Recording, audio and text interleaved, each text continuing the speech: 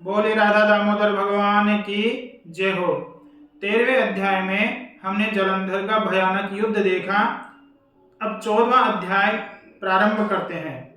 नारद उवाच ते गणाधिपतिं दृष्ट्वा नन्दीभमुख षण्मुखान् अमर्षादभ्युधावन्त द्वन्द्वयुद्धाय दानवः।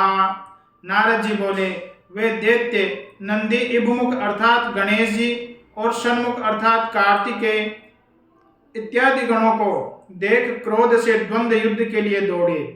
अब द्वंद्व युद्ध का वर्णन करते हैं नारद जी। काल नेमी दैत्य नंदी से युद्ध करने को आया और शुंभ गणेश जी से और निशुंभ स्वामी कार्तिकेय से।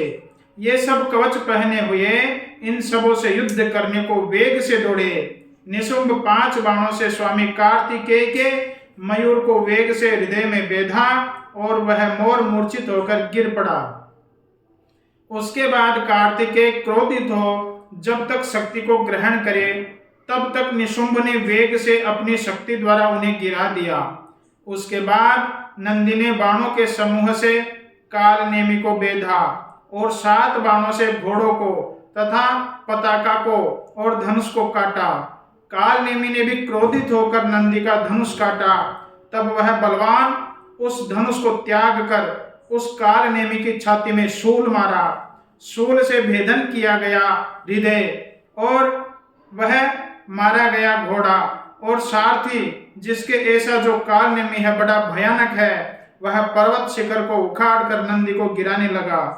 इसके पश्चात शुंभ और गणेश, जिनके रथ और मूसा वाहन हैं, ऐसे दोनों युद्ध करते हुए आपस में शरों के समूह से भेदन करने लगे। तब गणेश जी ने बाण से शुंभ को हृदय में भेदन करते हुए 3 बाणों से उसके सारथी को भूमि में गिरा दिया। उसके बाद शुंभ अधिक क्रोधित हो बाणों की वर्षा से गणेश जी को और 3 बाणों से मूसे को भेद कर मेघ के समान गरजा। हे राजन, बाणों से विदीर्ण अंग वाला मूसा जब न चल सका तब गणेश जी उतरकर पांव से चलने लगे। इसके पश्चात गणेश जी छाती में फरसा मारकर शुंभ को पृथ्वी में गिरा दिया और फिर चूहे पर चढ़े। काल नेमी और निशुंभ दोनों एक साथ ही गणेश जी को क्रोध कर बाणों से मारा, जैसे अंकुश से कोई हाथी को मारते हैं। तब महाबली वीरभद्र उनको पीड़ित देख करोड़ भूतों समेत उस पर दौड़े। कोषमांड, भैरव, बेताल, योगिनियों के गण पिशाच, योगिनियों के समूह और गण, ये सब वीरभद्र के साथ चले। उसके बाद किलकिला शब्दों से और सिंह नादों से तथा अन्य शब्दों से भरी हुई सब पृथ्वी कांपने लगे। पश्चात भूत दौड़े और दानवों को भक्षण करने लगे, उछलते थे, कूदते थे और रणभूमि में नाचते थे। नंदी और कार्तिकेय स्वस्थ होकर शीघ्रता से रण में दैत्यों को अविच्छिन्न बाणों के समूह से मारने लगे। छिन्न भिन्न और मारे गए, गिरे हुए तथा खाए हुए ऐसे दैत्यों से मलिन जिनका मुख है, ऐसी सेना उस समय व्याकुल हो गई। तब वह बलि सागर नंदन अपनी सेना का गणों से विध्वंस देख बड़ी पताका युक्त रथ में बैठ गणों के सम्मुख आए। हाथी, घोड़े और रथों के शब्द तथा शंख और भेरी का शब्द और दोनों सेनाओं का सिंहनाद उस समय होने लगा। जलंधर के बाण समूह से आकाश और पृथ्वी का मध्य ढक गया, जैसे कि कुहर के पुंज से आच्छादित हो जाता है। जलंधर 5 बाणों से गणेश को, 9 से नंदी को और 20 बाणों से वीरभद्र को भेद कर मेघ के समान गरजने लगा। तब कार्तिकेय ने दैत्य को अति शीघ्र शक्ति से बेधा। शक्ति के लगने से कुछ व्याकुल मन हो घूमने लगा।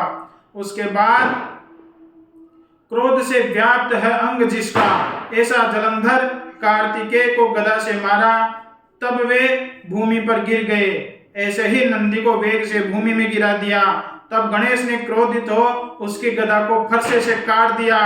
वीरभद्र उस दानव के हृदय में 3 बाण मारे और 7 बाणों से उसके घोड़ों, उसके पताका, धनुष और छत्र को काट दिया। उसके बाद दैत्यराज ने अधिक क्रोधित हो दारुण शक्ति उठाकर गणेश को गिरा दिया और फिर दूसरे रथ में चढ़ गया।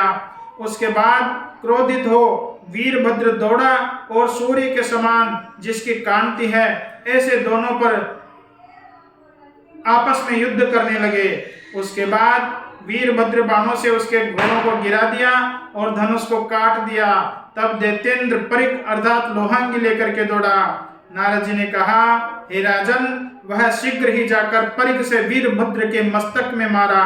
वह वीरभद्र भी सिर फूटने से रुधिर को गिरता हुआ पृथ्वी में गिर गया। ओम मंगलम भगवान विष्णु मंगलम गरुड़ध्वज मंगलम पुंडरीकाक्ष मंगलाय तनोहरि।